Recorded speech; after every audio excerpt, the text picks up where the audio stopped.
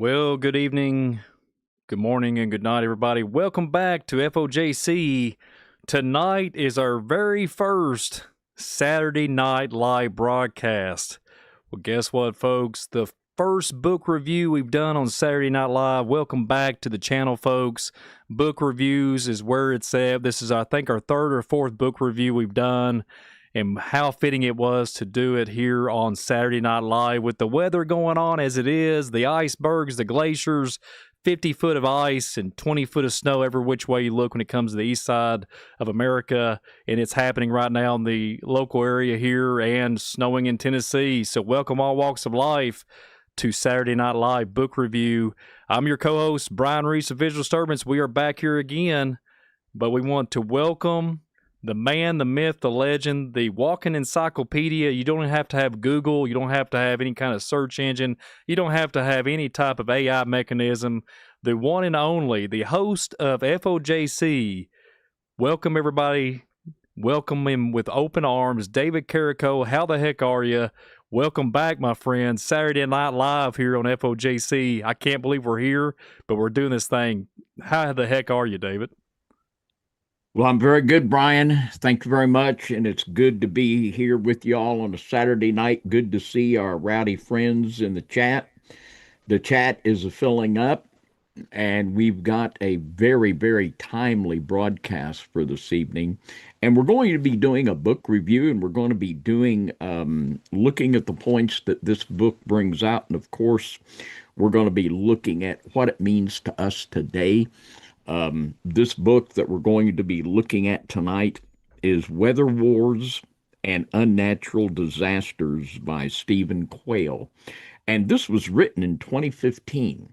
You know, this book is 10 years old. And of course, there's been things that have happened technologically and so forth in the last 10 years. But even at that, it's probably the best book out there on this topic. A very, very good book. We give it high marks, and we're going to be going through it tonight and applying it to the situation right now. And we are certainly at a time where we need to think about the reality of weather manipulation. And Brian, what are your thoughts here as you approach this topic? I think it's certainly a very timely one for us tonight. Well, David, when I think about this and the things that I've learned the last 15 years plus and looked at the little spray, like I always say on Visual Disturbance, there's something in the sky. A lot of people laugh about it. We're going to talk about it tonight. A lot of people act like it doesn't exist, but there's certain things in the sky that changes the dynamic on the face of the earth. I've seen it firsthand. I've seen things that just make you go, when you're looking up at the sky. And you're seeing forecast meteorologists do these predictions. And this last one where we had this huge ice storm, the meteorologist out there all over the place completely overshot it. It wasn't even accurate to any means whatsoever. But then we started shifting. We getting ice here, ice there, people without power. We're looking at something here that's ancient. And we're looking at something here that when you look at the biblical narrative, that there's nothing new under the sun. And there's powers that be that are bringing in these powers and these forces and masquerading as, well, it's chemtrails or it's comtrails or it's just a backflow of the air particulates coming from the engine, all this excuses. And then down here on the face of the earth, we're getting hit with tornadoes during snowstorms, freeze quakes, whatever type of ideology you want to come down the pike with, and they come up down with these terminologies that makes no sense. We got exploding trees, nothing I've ever heard in my life until 2026. It's phenomenal, David. I mean, we're living in the twilight zone. It's like cowboys and Indians with overload information and disinformation off the highest order I've ever seen in my life. And we have to say, we have to check ourselves and say, look, the weather is not normal. There's something being used against us.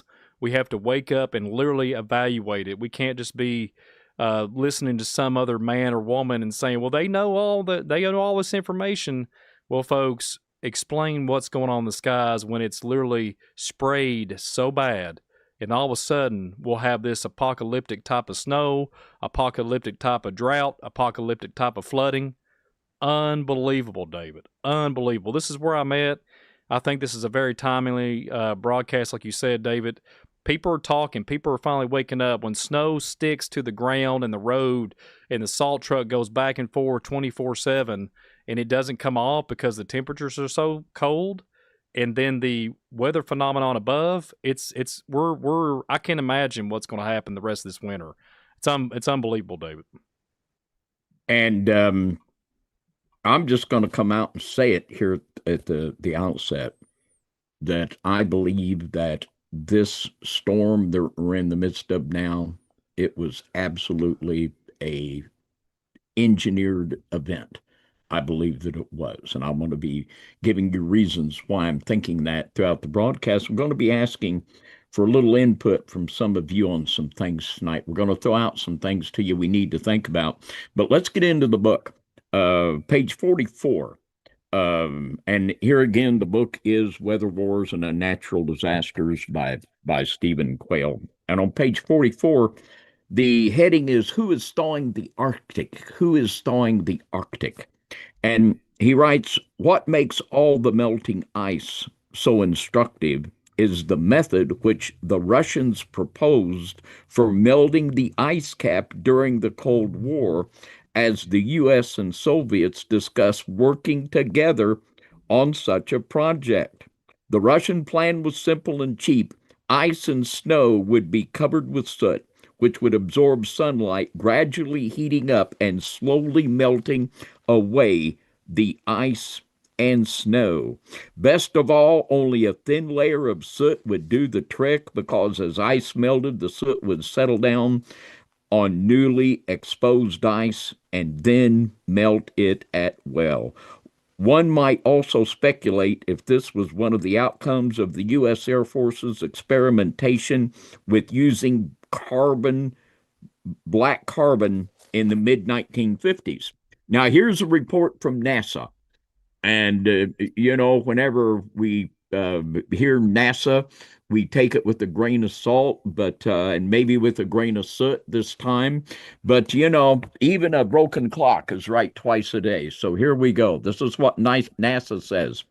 It says scientists located significant accumulations of black carbon soot in the Arctic region. This soot may contribute to the warming of a region that has already seen rapidly increasing temperatures in recent years. This research offers additional evidence black carbon generated through the process of incomplete combustion may have a significant warming impact on the Arctic, says Dorothy Koch of Columbia University and NASA's Goddard Institute for Space Studies. Now, Brian, number one, do you think that it's feasible that perhaps even the United States and Russia are still engaging in melting the Arctic with black soot? And if so, why? Why do they want to melt the ice in the Arctic? Well, David, the other day is about a week ago. They have admitted that they have laser weaponry, that they're literally using it.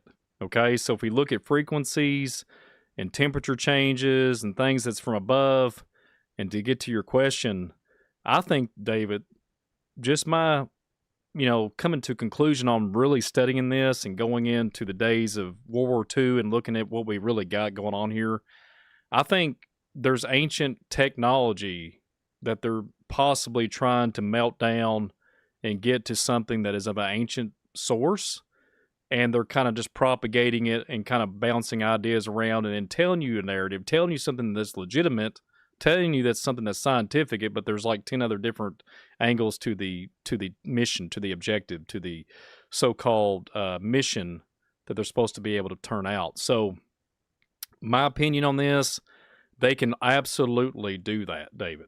They can absolutely do it. They've been propagating it, putting in subliminal messaging in movies. They have been literally tuning us to believe narrative after narrative after narrative, but they have told us to look down at screens but not look up and literally process manipulation. manipulation. We've talked about this on other programs we did not too long ago on Sunday Night Live, talking about weather modification, earthquake activity. David, 1,000%, 100%, just to answer your question, they can absolutely do it. Russia and America, all these things, they're trying to get ancient knowledge that's from beneath the ice. It's got to be that. Yeah, I believe that. And another possible motive would be billions of dollars. The green machine is raking in billions of dollars because of their global warming scenario. So if they can actually warm the Arctic, they can make billions and billions of dollars off of it, as they are. So who is warming the Arctic? On page 69, the fifth chapter in this book is about nanotech. And actually, and by the way, all the way back to the 70s, Lyndon Johnson, he said, whoever can control the weather will control the world. There was admitted weather manipulation. They were cloud seeding during the Vietnam War. This is no secret. This is public knowledge. This has been going on for a long, long time. And now, in the fifth chapter of this book, he discusses the use of nanotech in cloud seeding. And this is a research paper that was presented at an Air Force conference called Owning the Weather in 2025. And this is what it says. It says, with regard to seeding techniques, improvements in the materials and delivery methods are not only plausible but likely. Smart materials based on nanotechnology are currently being developed with gigaops computer capability at their core.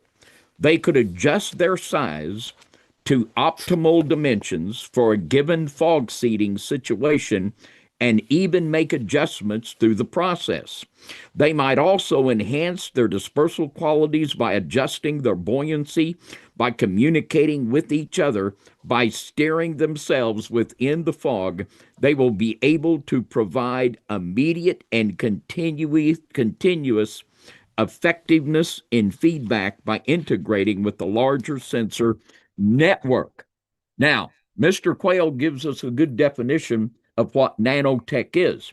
He says nanotechnology is the science of making microscopic machines. Nanos is the Greek word for dwarf, and teke means art or craft, while logos means word or discourse. Now, here's the question. Here's the question we want to consider, and this is what he proposes as a legitimate concern. And he writes this. He says, if it weren't bad enough that nanotechnology might be harnessed as a weather modification weapon, there is also a worry that such machines might escape and carry out their programs in areas where they don't belong.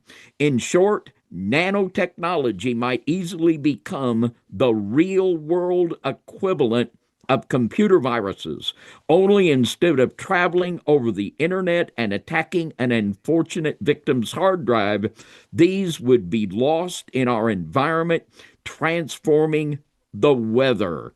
Is it possible, Brian, that nanotechnology that they are using in cloud seeding could begin to act independently or be controlled by its creator for nefarious purposes? Could this be like interjecting a computer virus into our world? David, I'm glad you brought this up because I've got a slide here talking about the black soot that we just referred to a few moments ago. And David, I mean, this is off the cuff, folks. We didn't rehearse anything. This is just literally from my perspective what you just read there, David. I remember reading just recently it was like a technological advancement, some kind of a sci-fi blog or forum.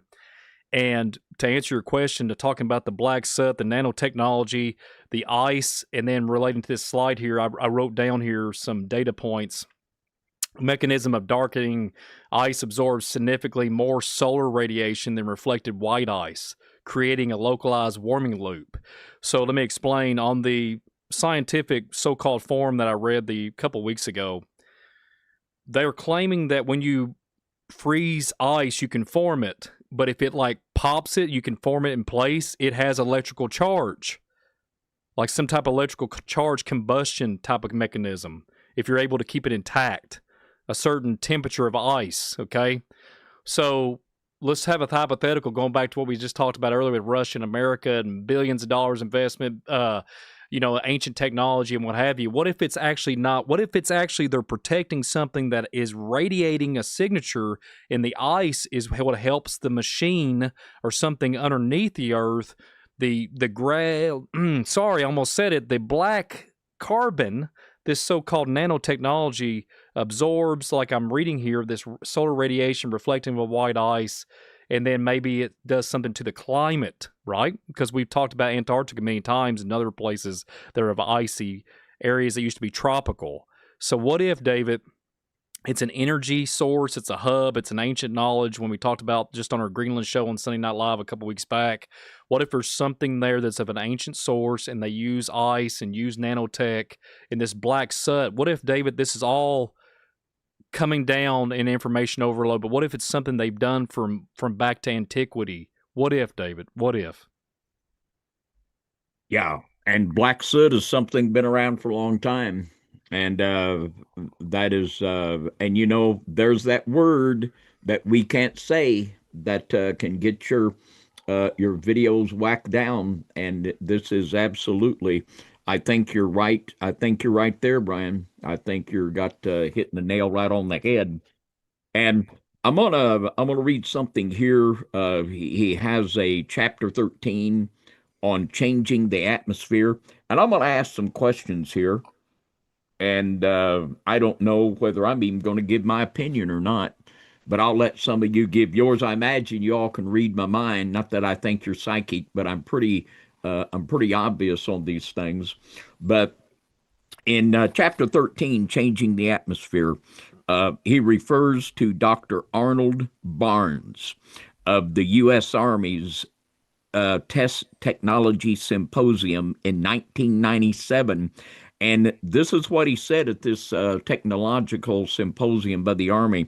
He affirmed that HARP and the use of contrail ingredients were components of the government's weather control operations. Now, just think about it. They have admitted, we're going to talk about HARP in more detail because HARP, and by the way, now there are over 100 facilities that are capable of heating the ionosphere. HARP is the largest, but there's over 100 now. That is really something to help you sleep well at night. But they are admitting that they are using HARP in connection with contrails to control the weather. Now, I'm gonna ask a question here, and I'm gonna give y'all the opportunity to weigh in the chat. And if Brian can pick up some of the answers here, I'll let him read them. But just this week, we heard President Trump, after the ice storm hit our country and was going full bore, he said, "What do you think of your global warming now?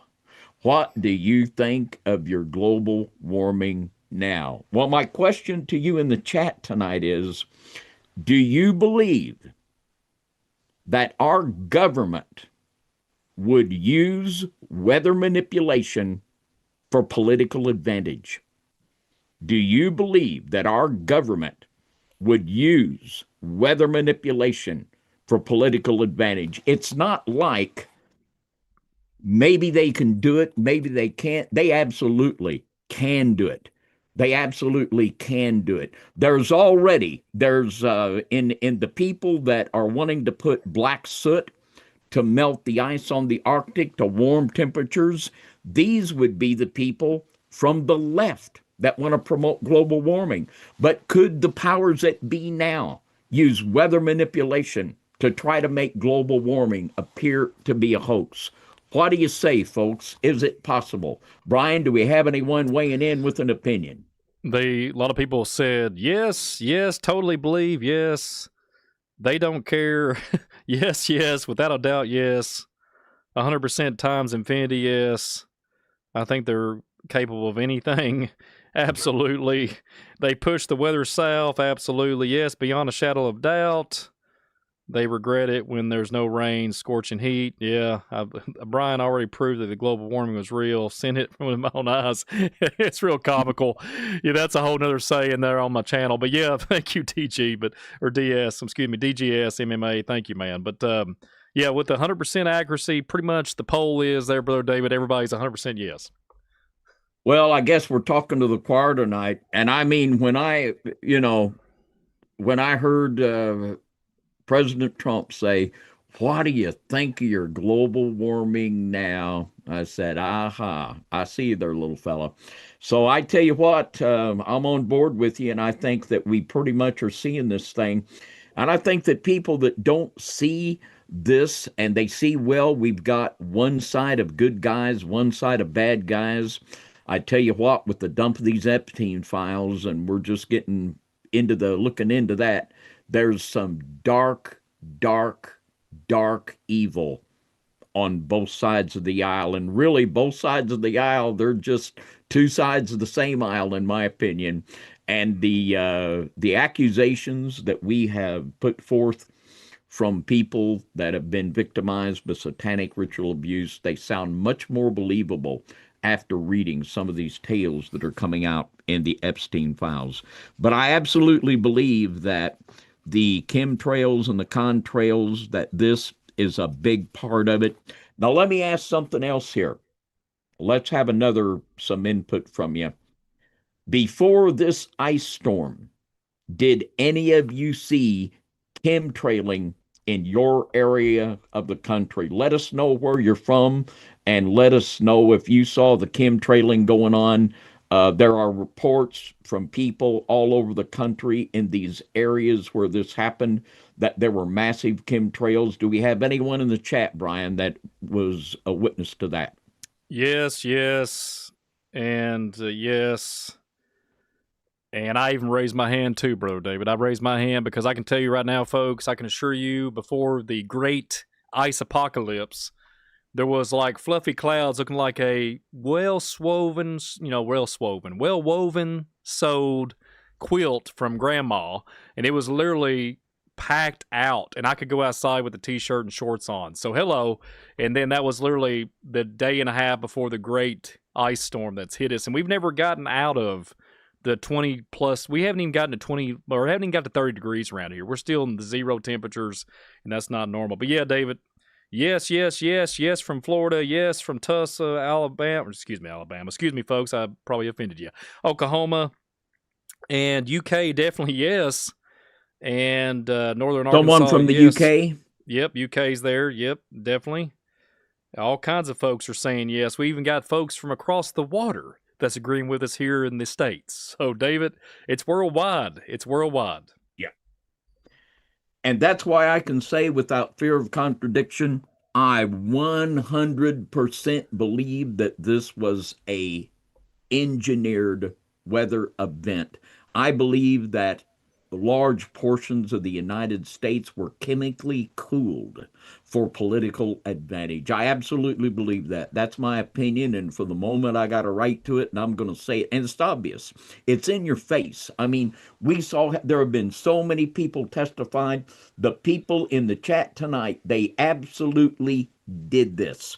And and I just got to say, for the people that think, and bless your heart, I know that the left is, I mean, it's the communist revolution. The left is nothing but the communist revolution.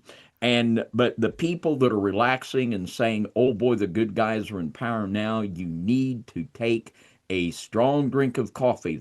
Every time I take a drink of coffee, you need to take some good strong coffee, because we need to be watching, because this was an engineered event. I totally 100% believe that. Now, let's look at a couple things here that are very disturbing, and these are just facts. On page 214, we're going to look at an actually a documented government program. This is called Project Argus, and it was done in 1958. And I'll read here from Mr. Quayle's book on page 214. It says in mid 1958, as part of a weather control project that became known as Project Argus, also sometimes referred to as Prime Argus. The U.S. Navy exploded 3 nuclear bombs high above the South Atlantic Ocean. Now, aren't they the bright lights? Let's explode 3 nuclear bombs. It says these nuclear fireballs rose into the lower regions of the Van Allen belt. Later, 2 hydrogen bombs were detonated over Johnson Island in the Pacific, again sending a nuclear fireball rising into the lower portions of the Van Allen belt. Can you believe it? Are these guys bright lights or what? Set off 3 nuclear bombs, 2 hydrogen bombs. It says the purpose of these 5 explosions was to determine what effect they might have on radio and radar transmissions. The result was outburst of EMP that unexpectedly fried some electronic circuits, demonstrating that U.S. scientists hadn't considered all the potential dangers that nuclear weapons might exhibit, much as radioactive fallout hadn't been anticipated by those exploding the first nuclear weapons. Now, boy, for me, Brian, file this under dumb and dumber. The Van Allen belt, the radiation belt that is there above our Earth, and they are exploding 3 nuclear bombs, 2 hydrogen bombs to raise a fireball up into the Van Allen belt. What's wrong with these people? These people are, they claim to be the smartest people on earth. They're dabbling with things they shouldn't even dabble with. This is just absolute insanity to me, Brian. Crazy time. Well, David, it's just like they're doing right now. They're talking about the Golden Dome and everything that's happening right now. We just went through the last 5 years talking about mystery balloons, rockets being shot up into the Lake Erie area, Michigan. We're shooting off $400,000 rockets. It's some type of unidentified flying object. David, there's nothing new under the sun here in this topic here, Project Argus in 1958. I want to point a few things out. We have these bombs going off. And I'm not a scientist whatsoever, nor do I have that in my, let's just say, my resume. But when I think about these things that they're experimenting and how they're thinking, I'm not even trying to think like they think, but it's ironic to me that they're literally knocking all this off at the one time and trying to get through the Van Allen belt and do some type of, it's almost like a big experiment, like a big scientific experiment, like when we was kids making a volcano, putting baking soda in it, watching it erupt. It's almost like the same thing. But David, I kid you not, I did not, until we started putting this all together and presenting this material, about a year ago, I was going to do a presentation on this, and it's kind of awesome that you're bringing this up tonight. Let me explain. David, what if that you can go back to the 50s, the 1958 to the 1962, and there was a big increase in the population, David. Have you ever thought about it? There was a big increase in the population. Yes, right there when you're talking about these atomic bombs and everything lighting up, there was a huge influx in the population. And I don't want to go too far down the rabbit hole because we're going to be talking about this other experiment that they pulled off in 1962.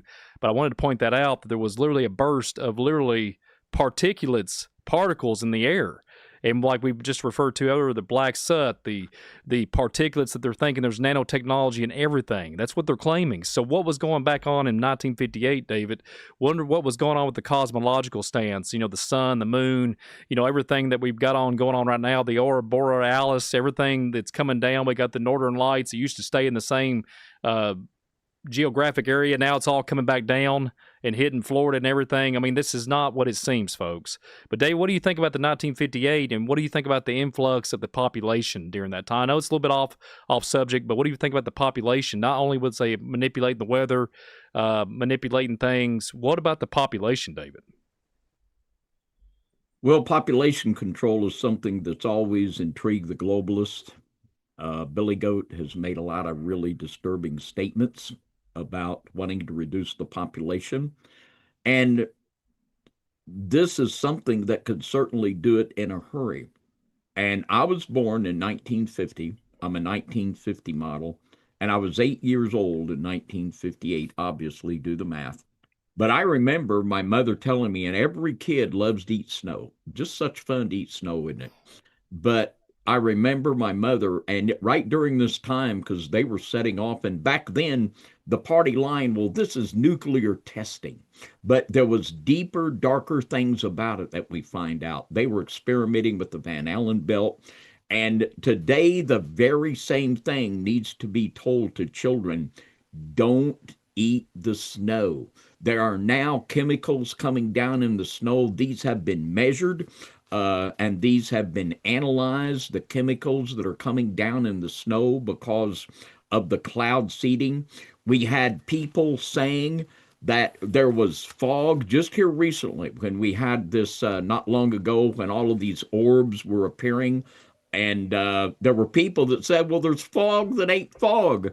Well, it was a chemical fog. And it was absolutely this weather manipulation technology that was creating fog that is not fog. People are visibly seeing film on their automobiles that you can put your finger on and you can swipe and see the film from these chemicals. Yes, boys and girls, don't eat the snow. But I remember, Brian, we were doing broadcasts when people were saying that, boy, there's this fog, and this fog ain't fog, and it wasn't. It was a chemical fog, and this chemical fog was tied in with the appearance of orbs. Now, this connects some more dots there, Brian. It reminds me of the like we've talked about TV shows and movies, Stranger Things, thinking about Stephen King. I think there was a movie called what was it, The Fog, if I'm not The mistaken. fog, I believe, yeah. And I mean, David, you can see it. You can take a flashlight, you can look at it. People say, well, it's just air something about ice particles or particulates in the air. It's just water, it's just vapor. It's just condensation. Well, David, I can tell you right now, this has been going on for a while now, but I can literally contest. I can see this nasty old film all over the vehicles, all over some buildings out in the back, or little storage building, what have you. You can see a film, and it's not your traditional, let's just say, elements that we're used to having. It's not God elements. There's a man-made incorporation of something, of a diabolical plot, and you can take it for whatever it is. And people was claiming with that fog, David, they was having upper respiratory issues, Oh, really yeah. bad sick, all kinds of different things. People losing feeling in their hands, their arms, all kinds of anomalies. And people would not navigate to that. They would automatically say it's some other kind of condition. It's just typical flu or whatever it is, but it was something to do with the air. And it's interesting. I want to bring Yeah. this up real quick. David, I kid you not too long ago, I think it was Georgia, Oregon, and California. They was telling people to stay inside because of the air quality. They was telling people to stay inside and stay home. This was just not too Yeah. long ago, a few weeks back, or maybe a month ago. Think about that. Georgia, Oregon, and California.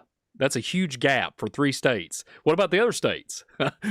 Does anybody else have a warning? Oh, just don't worry about them, folks. The air quality's good. Smell it. Get you some popcorn. If you want some snow cream, go out there and get you a bucket of snow cream. Get you some nano, and just have a good time and play in it. You know what I'm saying? I don't know, but I remember when I was a youngster, and even up to modern times, snow cream is it's an awesome dessert. But we're gonna get Oh, off yeah. topic. But yeah, David, more diabolical information. It's unbelievable. I don't even know where we're at. I mean, the fog thing got me, and it's something they're doing experiments on us, folks. They're doing Yeah. something, and I can Yeah. kind of strategically probably tell you where it's at. I was looking somewhere in the Canadian area, and there was a place not too far from the America, and some very interesting things come out of a cave system. I'll say that. I've found on Google Earth. That's all I'm going to say. Probably too much for this broadcast and this program, but there's something going on. And that was a while back, a couple years ago. So crazy times. Yeah. Yeah. It really, really is. It's very, very disturbing. And well, look here, and something else too that is disturbing to think about, and you got to ask yourself why. But there is a consistent pattern that the chemtrails are being sprayed over agricultural areas. And believe it or not, in Fresno, California, that was at one time a very, very rich soil for growing crops. Now in Fresno, because of this chemtrailing, the soil has been greatly damaged. And if you look at the areas where the chemtrailing is most prevalent, these are the agricultural areas of our country, which supplies much of the food of America and much of the food of the world. And a lot of there's been many, many statements that if you control the world's food supply, uh, you can control the world, obviously. But this is something that I see a pattern here, Brian, that disturbs me. And you wonder, well, who's doing this? Well, is it the Russians? Is it the United States? And by the way back in I can't remember the year, but Ahmadinejad of Iran on the floor of the United Nations accused Israel and Europe of using weather warfare to dry up the rainfall. And to this day, there's a severe shortage of rain in Iran. And there was a video that Netanyahu did that you could probably find on the internet, and he is there and he's drinking a glass of clear water, and he takes a drink and he talks to Iran about changing their ways. It's reminiscent to me of the scene in the Hunger Games where the guy's eating steak in front of the starving people. This is really wild. And if you look at the statistics, there are actually places in Iran where they're talking about the relocation of much of the population to other areas because they don't have water. And the accusations of Iran that they're being victimized with weather warfare, this is easy for me to believe. Now, my question to you, Brian, how do we sort this out? And I don't know if we even can, but we've got the Russians, we've got the United States, we've got Israel and other nations capable of this.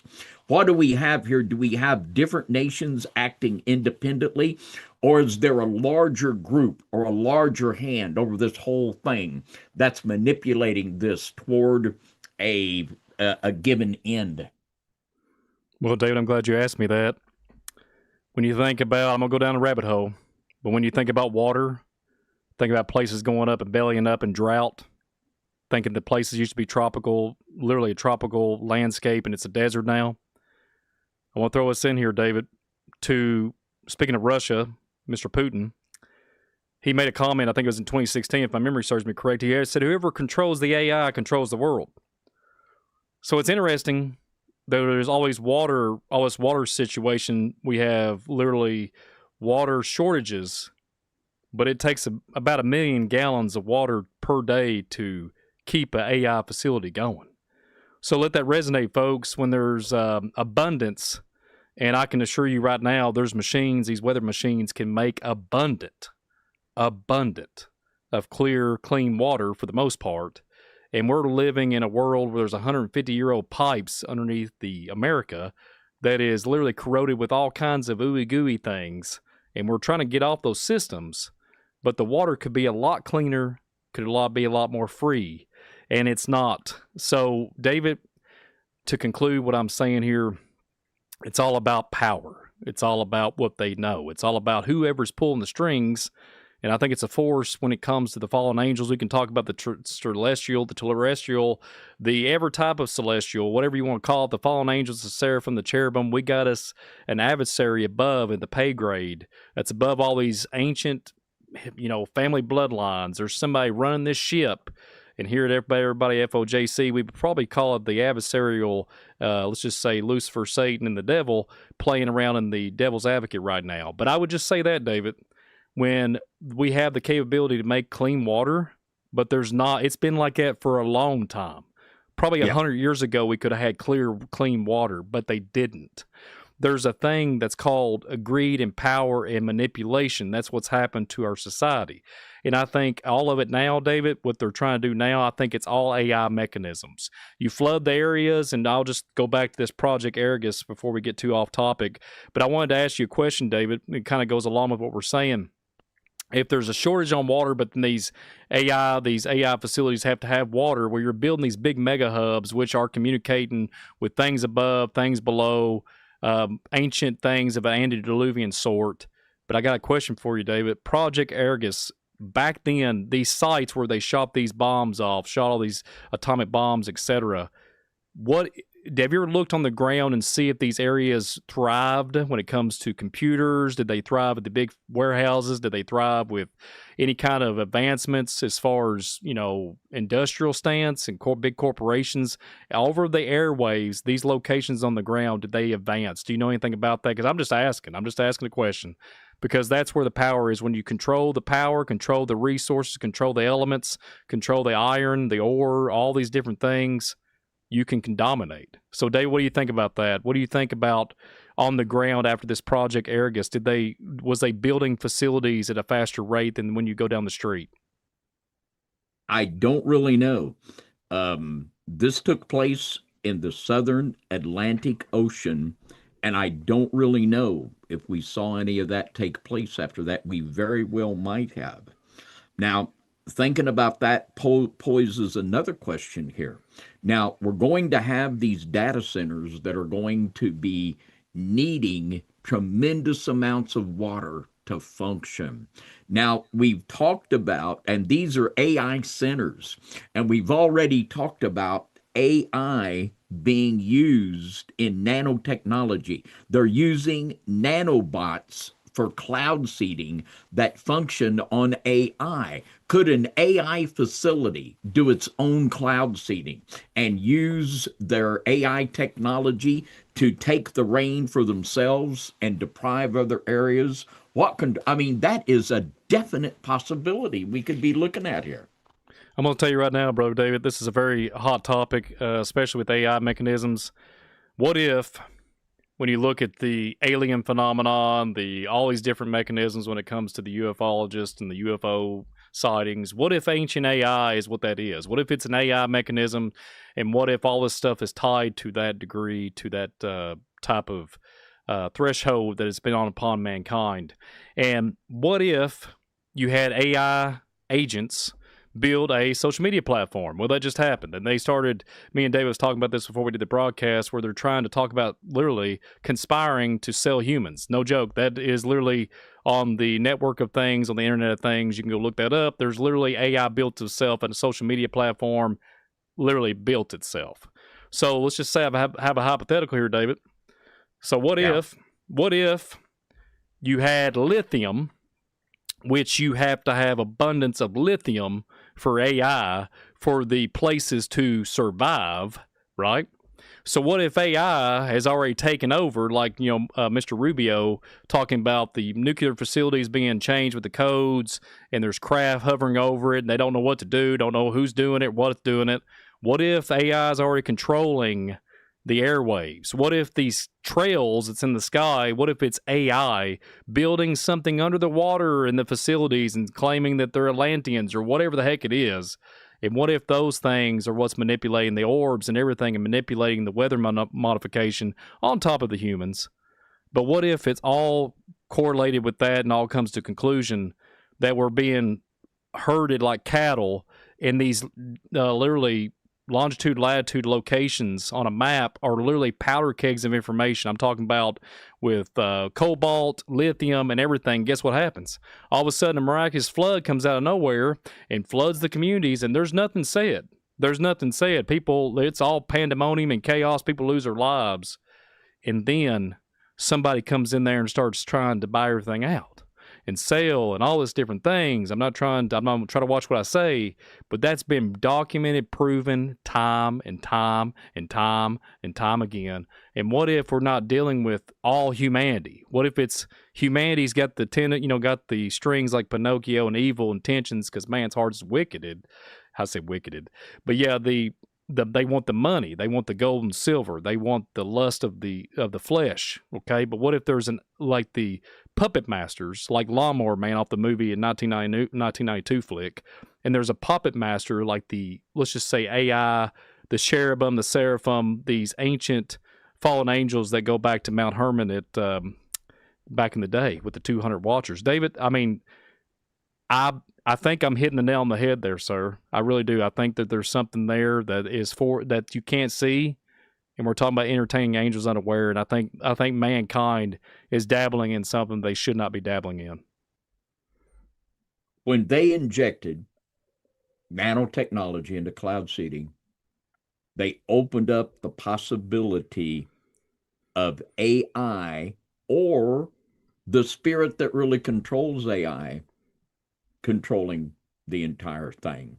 And when we look at the uh, definite chemical cooling and the definite chemtrailing of the agricultural areas in the United States, could the end goal of this be a real life Hunger Games scenario? It just really is disturbing where this is going, and that's not just to uh, scare everybody, but that's to make people aware that we need to be in Christ. We need to be aware.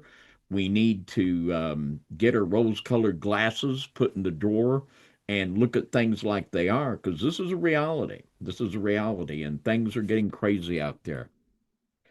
Now, let's look at Project Starfish that Brian alluded to earlier. Mr. Quayle writes about this on page 215 of his book, and he says in the 1960s, the U.S. military continued its assault on the Van Allen Belt, launching Project Starfish, which had express purpose of seriously disrupting the lower sections of the Van Allen Belt.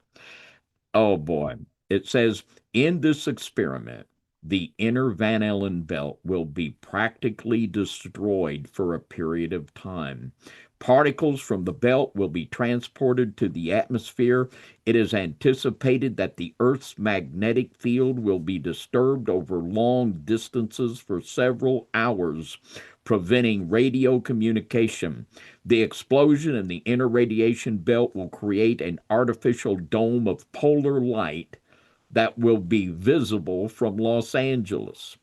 The Encyclopedia Britannica states that starfish altered the lower Van Allen belt in ways that have not yet returned to normal and may not for hundreds of years. That's an undisputed fact. Couple questions for you here, Brian. Number one, could it be that Project Starfish and other like projects are actually looking to open a portal to make contact with they might perceive them as ETs, extra dimensional entities. We know that they're devils and fallen angels. Could these people actually be trying to make contact with entities? And we have a lot to think about in relation to what we've seen from HARP and the Lucifer telescope.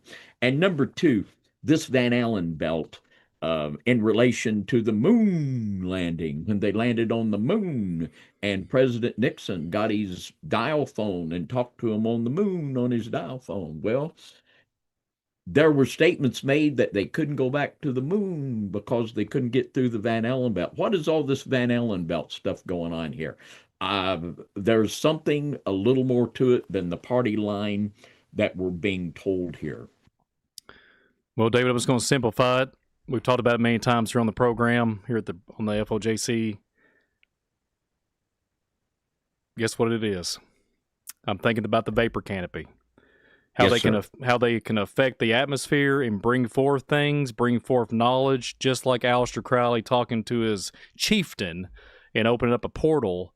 It's the same principle, David. I really do think that they're trying to literally poke the hornet's nest and activate principalities, literally, and get knowledge that goes back to the antiquity. And David, and then bouncing signals off of certain things that could do long range, which would not be for the public consumption, even back then, and then masquerade like it's legitimately a thing and broadcast it, hey, I'm on the phone. But now in this day and age, even 2026, you can't even get a cell phone service if you go down here in Kentucky and you drive down the road and you lose signal. Okay, so I have a hard time understanding how that connection with the moon and everything, but I don't have a hard time connection with it if the folks was going through a gateway, a stargate, if they was literally playing around the heavenly realm and playing, let's just say, trying to be little G's and open up and provoke these principalities and portals and everything, they could have probably pulled that off, or it could be maybe something to do with that time dilation or something, manipulation of things that of a fallen angel or something to that level of godlike status can only be playing around in.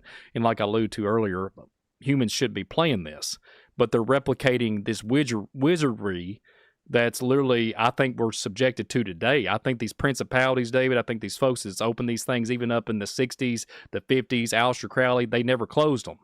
And I think that this is why we're having issues today. And that's where I'm at. I think I'm kind of going back to that misread record where we talked about in our Atlantis series, and we talked about the vapor canopy. I'm really probably navigating to the vapor canopy. If you want to explain the vapor canopy, Brother David, but that's where I'm at. That's where I'm at.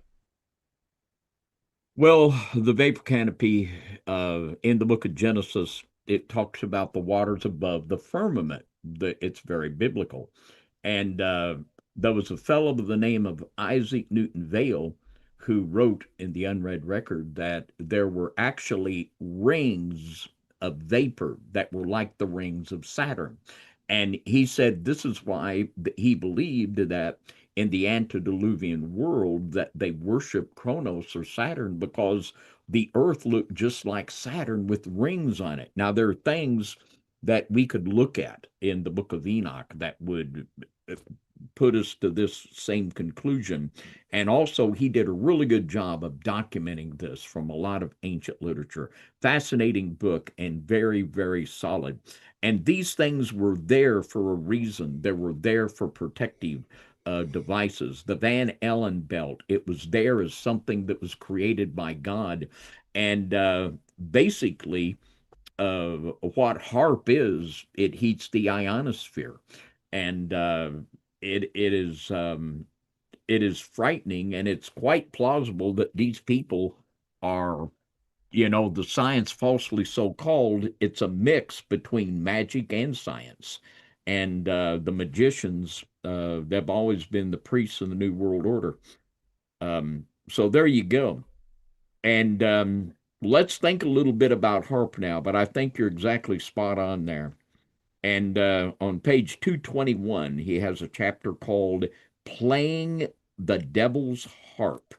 And we'll just read a little bit here. He said, if HARP is a TMT, Tesla magnifying transmitter, and basically, Mr. Eastland just made a few modifications to the work of Tesla. Uh, HARP is Tesla technology, 100%. And it says, and these researchers correctly understand Tesla's work. He could be in a lot of trouble.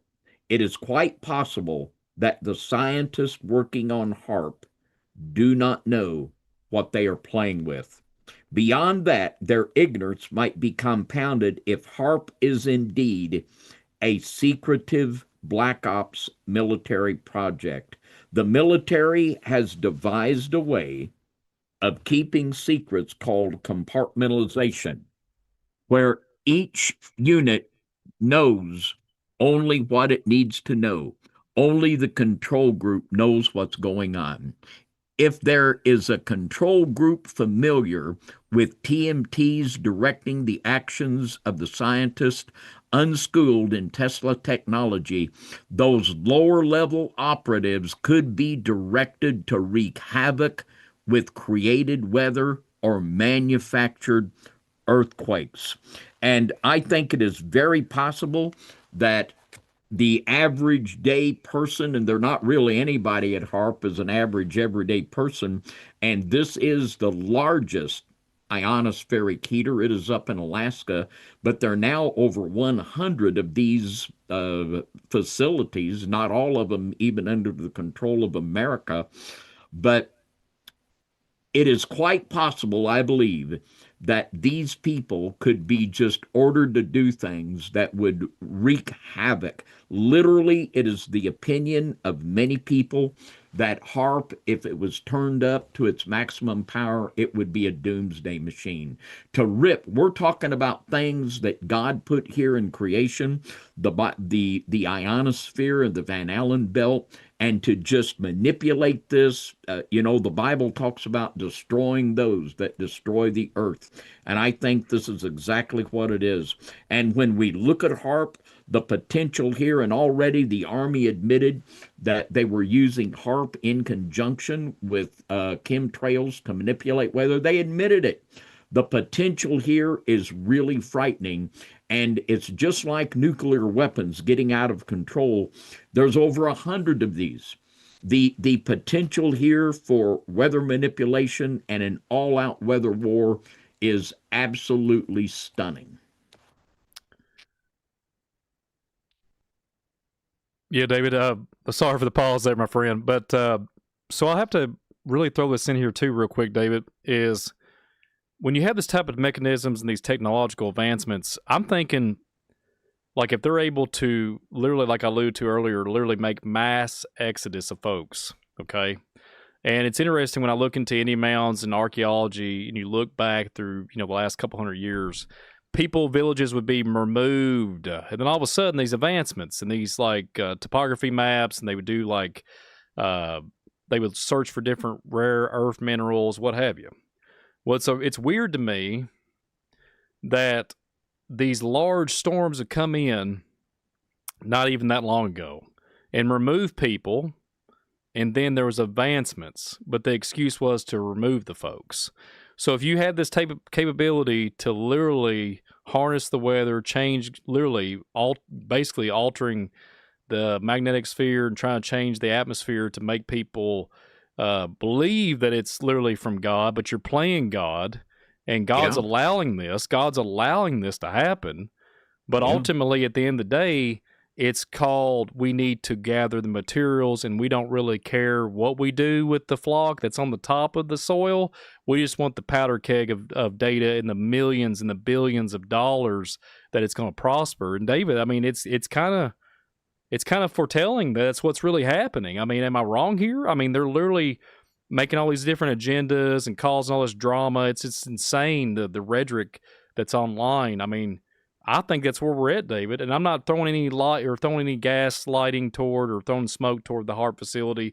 It's just weird to me that they can literally create tornadoes from nothing, from just literally just yeah, start controlling the airwaves. So yeah. why wouldn't they go if they find these archaeology sites and start digging them up and removing the people so they can come in and find this ancient things that prove the Nephilim, prove the alien narrative, the fallen angel? Why wouldn't they do that? Why wouldn't they literally box it all off, get everybody to Exodus, and just seclude the folks from coming and put out non-authorization fencing around it? I mean, come on, that's what they do everywhere. And they've been doing it for a long time and saying no trespassing, all this different stuff, and nobody's none the wiser. And I think that's what's going on, David. Could this very well be, I believe, what Jesus talked about, people seeing signs in the sky that were making their hearts filled with fear and even have heart attacks because of what they're seeing. And, this could very well be it. We're having snow nados, boom storms. And I had one report from someone that was in Juneau, Alaska, that said they had, I think, 14 feet of snow. There was so much snow that it was sinking boats in the harbor in Juneau, Alaska. There's strange things going on, my friend, and it's time to watch and pray. Now, we're going to talk a little bit about woodpecker, and I'm not talking about Woody. No, we're not talking about Woody, but we're talking about the Russian program that is basically the Russian equivalent of HARP. And we'll read a little bit from Mr. Quayle's book, The Russian Woodpecker. The U.S. is not alone in its experiments on the ionosphere with HARP. The USSR started experiments with a similar system, which appears to be continued by Russia since the Soviet breakup. In the West, the project is referred to as the woodpecker system due to the tapping sound it produces on some radio receivers. The system employs ELF extreme low frequency transmissions around the 10 hertz range, with key systems located in Arkst and Kharkhovsk in Siberia, Gomel, Sahabatin Island, and Nikolaye in the Ukraine. I wonder how that's working out. And Riga in Latvia. There also appears to be a site south of Havana, Cuba. Now, this is something very interesting here. Uh, that is again a possibility, but it is just where some of the sinister possibilities open up. But he writes on page 225, one of the more credible charges has been made by Michael Chasadravi, professor of economics, University of Ottawa. He claims that a former French military officer, Mark Filterman, stated that both the USSR, now Russia, and the US have the capabilities to exploit radio frequency systems to conduct weather war, and that both nations had mastered the know how needed to unleash sudden climatic changes, hurricanes, drought, etc. In the early 1980s, according to Filterman, this was being done with ELF systems. And a statement made here, and I think that I certainly agree with it, on page 226. It says, when HARP is eventually built to its full power level, it could create weather effects over entire hemispheres. If one government experiments with the world's weather patterns, what is done in one place will impact everyone else on the planet. And he writes that for a long time, and this is really disturbing, and this is from Colonel Thomas Bearden. He was one of the inventors of the motionless electric generator. He said, there now is a Soviet woodpecker interference grid over the U.S. This grid can easily be used to influence and control the weather, and for over a decade, the Soviets have manipulated the weather over the U.S. and other parts of the world. In the ethnorhythmic mode of scalar interferometry, riding on the woodpecker radar signals, each of the woodpecker grid interference cells can act as a little virtual transmitter. And according to him, the Russians have a grid where they can just say, oh, okay, here, and they can shoot the signals. You know, this is scary stuff, Brian, and the possibility that World War III will be a weather war looks like a very possible reality. And David, I just want to point something out too, to get really on this about this project, this Russian woodpecker. Um, just recently we've had telecommunications issues here in America, and when you process that, there's people saying we don't know what happened. We have this company; they give people $20 to stay quiet. Well, we're sorry for the inconvenience. Blah blah. And it just makes me really wonder, because I think, if I'm not mistaken, David, isn't this also I don't know if it's a theory or been proven with this Russian woodpecker, but didn't it have like a psychotronic mind control experiment tied to this too? So if you look at it, look at the infrastructure, look at everything going on, look at all the new technology being deployed, and look at all the way America is social media and all the, just people losing their minds, David. There's a lot of bad disinformation out there. Could there be something? I'm not blaming this particular this Russian woodpecker situation, but could it be some type of psychological mind control mechanisms involved with this also? Not only the weather, but with a dumbing down of the society. Well, it was known and has been written about quite a bit that the Russians were experimenting with using frequencies to put people in trances and hypnotize them at a distance. And they were doing a lot of experimentation on that. And of course, all the results of that we don't know, but we know there have been people that were in that program that have talked about the effect on them, and it wasn't good. You know, this is rising to the level of Russian MK Ultra, and literally they were experimenting and using this technology for at a distance to put people into trances and hypnotize them. And this is an absolute fact. It's a matter of record that there is definitely this aspect. So I'm sure that this isn't something that they've abandoned and given up on. Well, it might explain a lot too, David. When there's like warnings, people are like prep now, prep now, prep now. There's going to be a apocalyptic flooding. There's going to be torrential rains. There's going to be tornadic. Please leave the area. And a lot of folks are like, don't worry about it. And they're just all watching Netflix or whatever it is. And there's like literally, I'm not making fun of anybody. There's a lot of people losing. There's casualties because people don't take the warnings. It's almost like what's really going on, with the mind control, the weather phenomenon. It could all be tied to all these antennas and everything. It's a psychological warfare plus spiritual warfare plus weather warfare. And I think these Yeah. unnatural disasters are somewhat created by man and how far they've gone with the fallen, but also there's been proving of that time and time again, God supernaturally moving the tide, doing all these different things.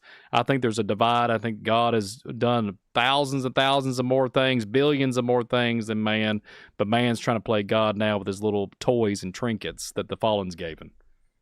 Yeah. I absolutely agree, Mr. Reese. Um, let's go back to Mr. Tesla for just a moment, and let's talk about man-made earthquakes. And this is on page 194, Mr. Quayle's book, and he talks about Tesla's prediction. He says in 1915, Tesla noted that the production of a man made earthquake was within the grasp of then modern scientific technology. And he wrote about this extensively about creating an earthquake machine, and I think that he made one. Now, Mr. Quayle writes here on page 197, it says from 1962 through 1965, Denver suffered a series of minor earthquakes. Geologists studying the seismic activity realized that the earthquakes were unusual. Investigations found that the culprit behind the earthquakes was the U.S. Rocky Mountain Arsenal, which was disposing of fluid waste by injecting them at very high pressure into the earth. We'll give you the Bright Light of the Week award. And I tell you what, anyone that's ever been to the Denver airport, there's a real creepy vibe going on there. But there is actually documented cases of the U.S. military creating earthquakes by injecting liquid, and I just wonder what kind of liquid it was with high pressure into the earth. Now, talking about Mr. Tesla, Mr. Quayle writes here, although Tesla's quote about the possibility of creating earthquakes sounds all theoretical, if not speculative, in fact, there is some evidence that he went on to create small versions of the machine that were capable of creating localized earthquakes encompassing a city block or more. Now, it says the key technique that he employed was to create a system that produced a range of vibrations, thus permitted tuning the pitch of the vibrations that a resonant frequency was reached, at which point the building or other large object would ring or vibrate as its natural frequency. Fans of Fringe, remember there was actually a Fringe episode about that. Now, this is wild. File this under absolutely wild. But this is from Mr. Tesla's own writings of his experiments with his earthquake machine. And he writes, suddenly, all the heavy machinery in the place was flying around. I grabbed a hammer and broke the machine. The building would have been about our ears in another few seconds. Outside in the street, there was pandemonium. This sounds wild, Brian. This is the stuff of what we would call UFO or alien technology. I mean, what can you say about this? This is wild. And Tesla did this years and years ago. So what are we doing now, Brian? So, David, let me ask you. Let me clarify. Did you say the stuff was floating or just flying every which way? Did it? What was? How? According to what in Mr. Tesla's own words, he said, and this is when he fired up his earthquake machine. He said, suddenly, all the heavy machinery in the place was flying around. I grabbed a hammer and broke the machine. The building would have been about our ears in another few minutes. Outside in the street, there was pandemonium. Wow. Wow.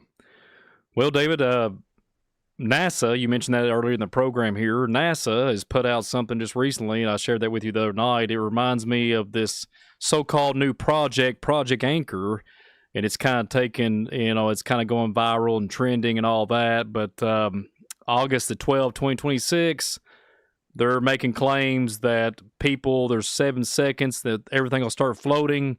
The Earth will lose its gravitational pull. Yes, folks, we don't go that far down into the heliocentric thing, but we're not going to be judgmental.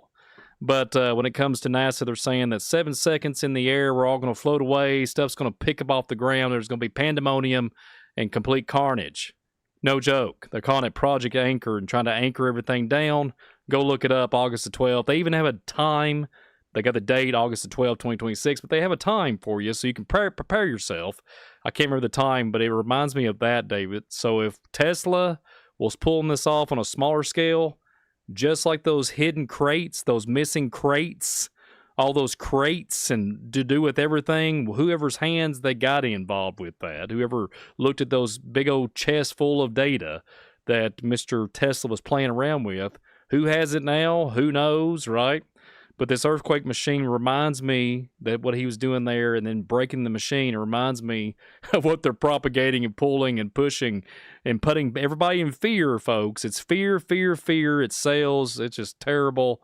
Project Anchor, folks. Go look it up. August the 12th, 2026. They're saying that we're not going to be able to make it. There's going to be like by that time, 7 seconds, you'll have a certain amount that you'll get in the atmosphere. And David, it reminds me of what Tesla was involved in during that time. So imagine that. What if there's a connection?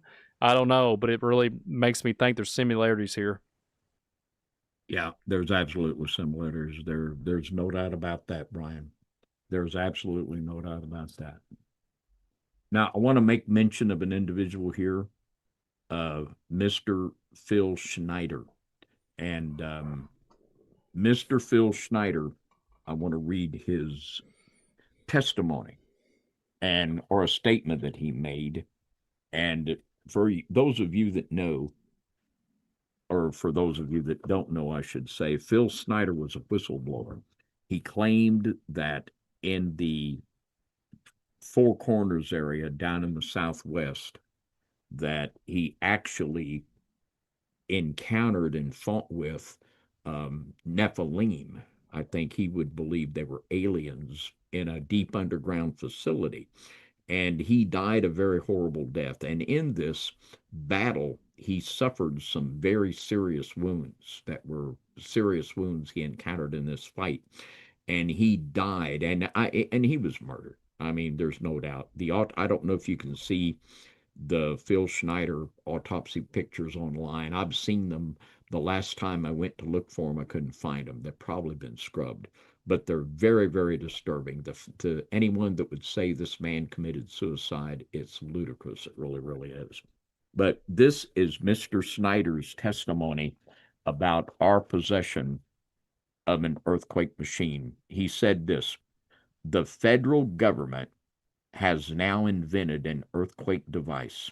I am a geologist and I know what I am talking about. With the Kobe earthquake in Japan, there was no pulse wave as in a normal earthquake, none. In 1989, there was an earthquake in San Francisco. There was no pulse wave with that one either.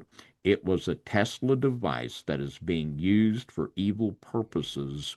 The black budget programs have subverted science as we know it. And, this is his story. You can take it for whatever it's worth. And for someone that I have looked at Mr. Snyder's testimony, he seems to me to be a very credible person. But if you look at the things that Mr. Tesla was doing so many decades ago, and when you just look at the whole picture, it would be hard for me to believe that we don't have this capability. And not only that we have it, but also that other people have this capability also. What are your thoughts there, Brian? Yeah, David, I had a little slide here talking about his testimony and Phil Schneider's testimony, and just putting out some bullet points here. The claim he testified the technology derived from Tesla's work actively was used to create natural disasters. So let's just have fun here, folks. The DUMBs, right? The deep underground military bases. There's a lot of things that go bump in the night. Okay, there's a lot of things that has been suppressed 12, 15 years ago, whenever YouTube was literally taking off. You could go find footage. There was truck drivers videotaping with some decent video. I mean, they wasn't the best videographers, but they had some decent equipment. They went to these big vaulted doors. There was military looking at the schematic of what was on there, looking at all the stuff, what they was hauling. They had guns. They couldn't, I mean, it was crazy, folks. If you can document and go back and look at some of the documentation, I can't hardly find any of the videos anymore. They're hard to find. They got scrubbed. But the underground military bases are really a truly thing, a really, truly a big, deep deal. I've talked to truck drivers in my walk when I used to be a milkman. I talked to them. They called them the literally they would say like the DOT, no DOT violations. You didn't have to even talk to the DOT. You talked to the military folks. These military would escort you to your facility. I've heard anything from the rumor from Maine to Texas underground facility where you don't see daylight. You literally stay underground. But back then, you could prove it years ago with that video footage. They would drive forever, David. They would drive forever. These straight, cut out, very complex tunnel systems, but they was highways. Trucks are going back and forth. And with Mr. Phil Schneider's testimony, I absolutely, with this technology, if Tesla was building it in his bedroom or his facility or studio, my goodness, if you could magnify that tenfold and build a thing as big as, I don't know, Fort Knox or whatever, and you place that underneath the underground facility, you're going to get some results. You're going to get some tectonic plates. Stuff's going to start shifting. Stuff's going to start rocking up on top of the earth. So I really do agree. I think Phil Schneider was ahead of his time. I believe, speaking of talking about the Nephilim, he was attacked. You hear that story about in a Marine that threw him in the elevator at the last moment. That guy got incinerated, and Phil Snyder's got his fingertips burned off, and it burned his chest and all this stuff. So we have to realize that the DUMBs are hiding people. They're hiding. There's all kinds of control mechanisms there. There's something that is so diabolical. We could get into Argotha, stuff like that. But I really do believe, Brother David, that natural disasters that they claim and quote, I think there's something there to military control. I'm not blaming the military. I'm talking about black ops projects, seeker space programs, whatever you want to call it, whatever you want to label it. But the DUMBs are really documented, and I think it's very intriguing. Especially people have kind of like forgot about it. It's kind of like in yesterday's news, and that stuff is there. That infrastructure is there. There's no denying it. You can go to Virginia. You can go to, I can name locations.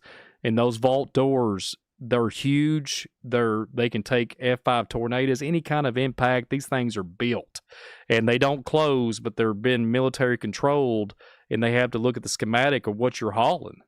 And it's all coordinated from, they used to call them, I've heard anything from ghost riders, night riders. They claim to be certain names, but they haul these certain loads of product from A to B, and it's a big trip, but it's all underground. It's all secluded. It's all hidden. It's all hidden in the dark. But I think, David, what you alluded to earlier with these e-files, they are literally, thank God is bringing things to light. And I think Yeah, that Phil Snyder tried to bring it to light, but I yeah, really truly believe that things are going to start really escalating here soon. yeah. There's been people that have been in the satanic ritual abuse community. We've talked with a lot of them personally that have told stories about being abused by famous individuals and presidents and British royals. And we're seeing this very thing come out and being confirmed. And I thank God for it. Let it out. Let it out. Let the chips fall where it might. And it's certainly deeply, deeply disturbing. Now, on page 123, chapter 8 in this book is the evil in New York City. And something I appreciate about this book, it takes a big picture look and it talks about the United Nations. And the United Nations, and the first paragraph says, like Planned Parenthood, the United Nations has a checkered past that the mainstream news media, as well as most politicians, do their best to cover up. It's a convoluted path, but one that bears scrutiny to understand the evil foundation that the UN has been built upon. And that is so true. And the money and the organization for the money behind weather control projects, and a lot of those are totally black ops. But this comes through the green agenda, and this is manipulated and controlled so much at the level of the United Nations. And there is another group. It began as this Theosophical Society, and I'll read just a little bit about it here on page 126. We've talked about theopathy quite a bit here on FOJC. But he writes, at the Theosophical Society, Besant was eventually replaced by Alice Bailey, along with her husband Foster. These two founded the Lucifer Publishing Company, which printed the theosophical periodical Lucifer. Needless to say, the name of the magazine created a few public relations problems for those who recognize what sort of philosophy might be behind a publication named after Lucifer. So in 1922, the name was shortened to Lucius Publishing Company. Even more interesting is the connection that Lucius Trust brings between the radical ecological movement, large corporations, and the UN. And Lucius Trust, it is a coordinating factor that networks a lot of these organizations out of the UN with big Fortune 500 companies. And he writes here, the same organization created Lucius Trust, which serves as an umbrella for such groups as World Goodwill, Lucius Publications, and new group of world servers. World Goodwill is welcomed with open arms at the UN with a regular weekly radio broadcast of briefing sessions from the UN headquarters in New York and Geneva, since these groups have been instrumental in establishing the Gorbachev Foundation of the Green Cross. Thank you, Gorby. But here's just a list of some of the foundations and the important groups that are networked here. The World Wildlife Fund in England, the Feinhorn Foundation, Greenpeace International, Greenpeace USA, the Council on Foreign Relations, NAFTA, UNESCO, UNICEF, the United Nations Association at the USA, the WHO, Habitat for Humanity, the Coca-Cola Foundation, and on and on and on, the movers and the shakers. And to see what's going on here, We have to see the structure behind it, that this is being carried out by the elites. This is very much a big part of the New World Order. And this is probably one of the biggest tools that the New World Order has in their tool chest. And I think that a lot of this is controlled even beyond the national level, that a lot of this is controlled by the elites that are able to do these things and blackmail nations and get them to do their bidding. But this is just really something that we need to understand, that behind all of the things we see, just like now, to try to get a little disclosure and transparency out of the Trump administration. Who's doing this? You know, these questions have not been answered. Who's doing this? Where's the money coming from? Just exactly what are they spraying? They won't answer these questions. And you know, that is very, very disturbing to me. But Brian, what do you think about the control structure that is behind all of this? It really gives us a big picture New World Order outlook at the things we've been talking about tonight. You know, David, I think since you mentioned disclosure, but we'll talk about that here in a second. But I think whatever was given in the past, whatever the pros and cons and whatever was given to these folks that are so called in power with the bloodlines and what have you, something had to been given and promised, and something had to been taken, and then they take an oath to these entities, right? David had to leave for a second. He'll be right back. But they had to take this oath and write this down, sell their soul for literally a Happy Meal, literally. And I think these mechanisms and everything and what they're processing now is there's reaping. There's something happening right now. There's reaping in the society. We're having folks that used to be high stature and big names coming out, and they're in these so-called files that just dropped just literally yesterday, and they've done some vile, disgusting, I mean, literally, like David said earlier, with satanic ritual abuse. Satan, my good Lord, have mercy. They all they was propagating and propping up was devils. Even they was talking about Baal worship in some of those files. I mean, I do not recommend anybody out there to go look at those not the X files, but the E files. I recommend not to go look into those things. I've looked at it enough and skimmed through it enough to make you want to vomit for a whole month, but probably longer than that. But these people have control mechanisms. Something had to been taken. They have to give up their soul for literally some chump change. So for the vanity, for the things that they lust after, right? They want kingdoms, they want temples, they want gold and silver, they want anything that literally makes their flesh feel good and build kingdoms artificially in the terms of literally hurting the innocent, hurting people, hurting, society.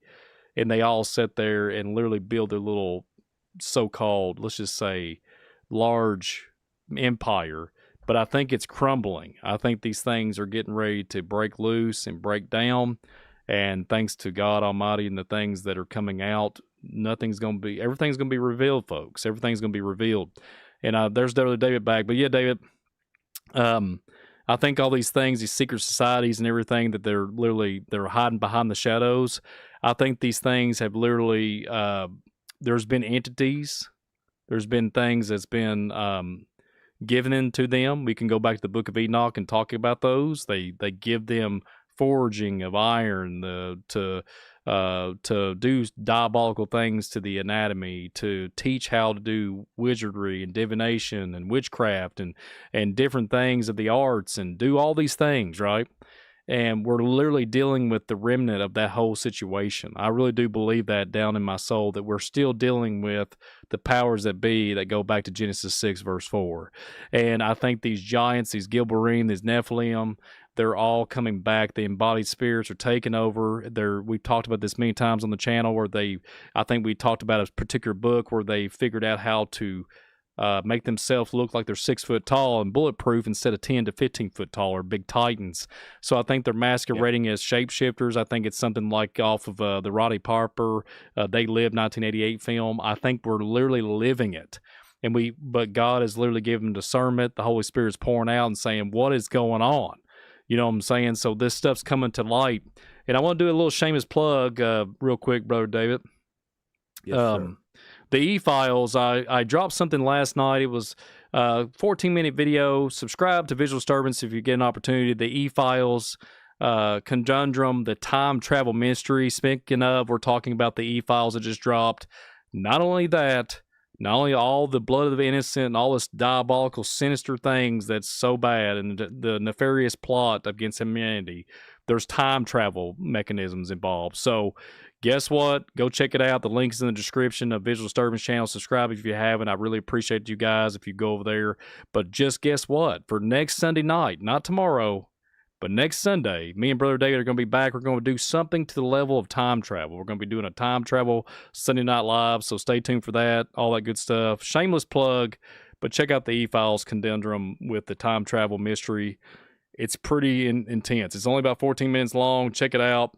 And I might go into more detail later on when I get some more information. But yeah, folks, time travel involved in this. So check it out if you get an opportunity.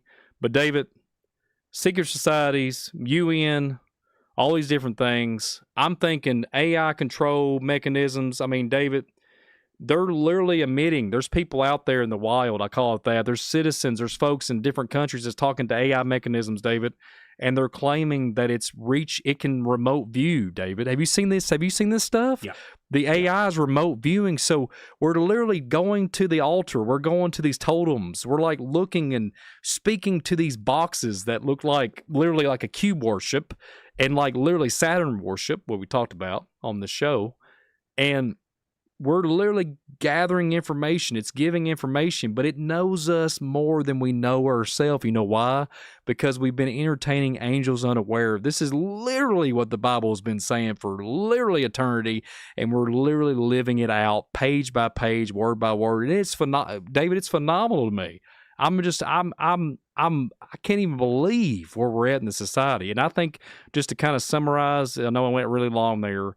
I think the societies and everything have made a deal, and now the reapers are coming, and there's going to be decision making. There's a decision going to be making, and it's either Team Jesus or team warlocks and witches and warlocks and unbelievable ungodly things that Moloch, all these different things. We don't want to be playing that devil's advocate in that field, but I really do believe that, David. I really do that they had to make some type of oath and blood covenant, and we're literally living, and we're having our family tree has been subjected. Folks have been subjected, and that's passed on. Our family tree we've been literally controlled by these scary freaks. I mean, I hate to use that terminology. It sounds kind of just primitive, but these scary, sinister, demonic, possessed Nephilim walking amongst us. I really do believe that. Yeah. Yeah, you're either going to be for this demonic garbage that is the New World Order, or you're going to need to be against it. Now, something that Mr. Quayle puts in the book here that some people might think's out of place, but boy, it's not. What we're talking about this evening are the workings of Satan.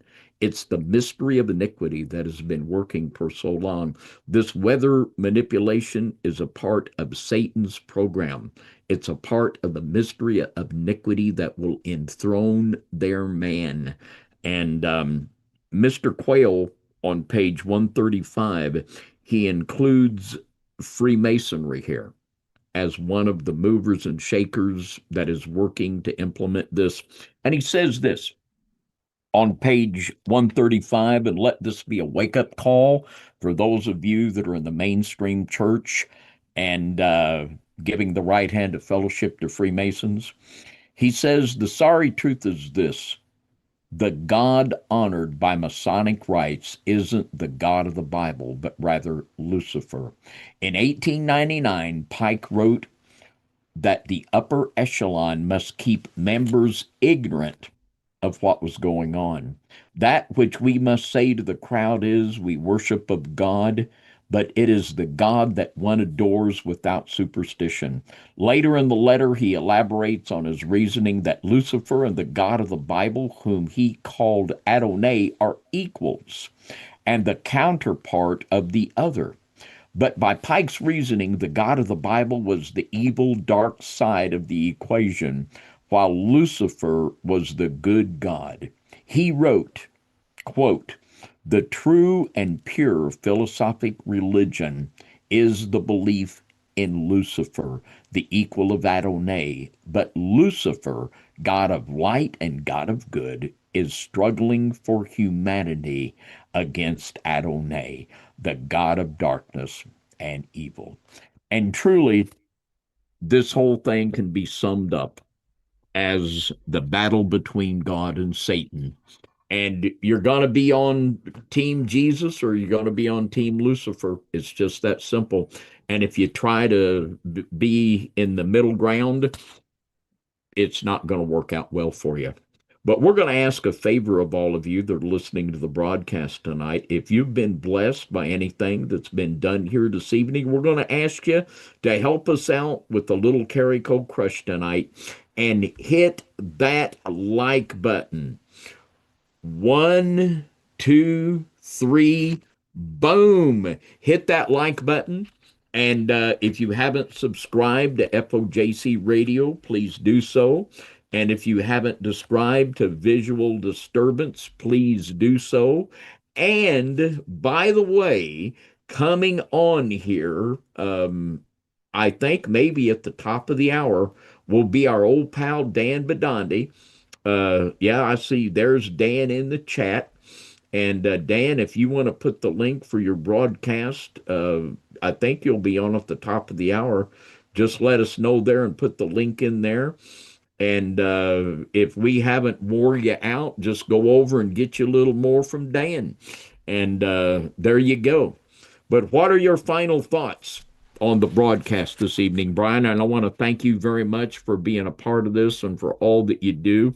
Um, it is just encouraging to know that our labor is not in vain for the Lord. I know there were some people that needed to hear what we talked about tonight, and that through looking at what is going on, it'll make some people realize that now is the time to turn to Jesus. Right now, you can repent and believe the gospel. You can repent and place your faith in what Christ did upon the cross for you.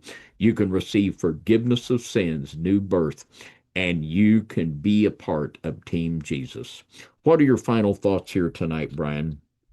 David, I would say that you said that very well. And I would say the exact same thing. Keep your mind on Jesus Christ and the King of Kings, the Lord of Lords. I mean, he did everything. He was piercing the veil, gumming through here, the only begotten Son, and he died for us on the cross at Golgotha to save us from this old, wicked, insane world. I mean, come on, folks.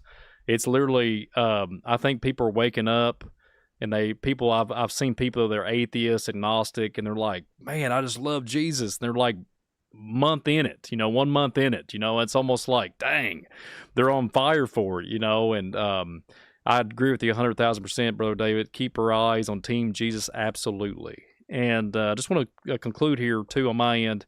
I want to thank you all so very much for your patience. I've been away for a while. I've been going through some things, and I've talked about that on my channel vaguely, and I've talked about a few things.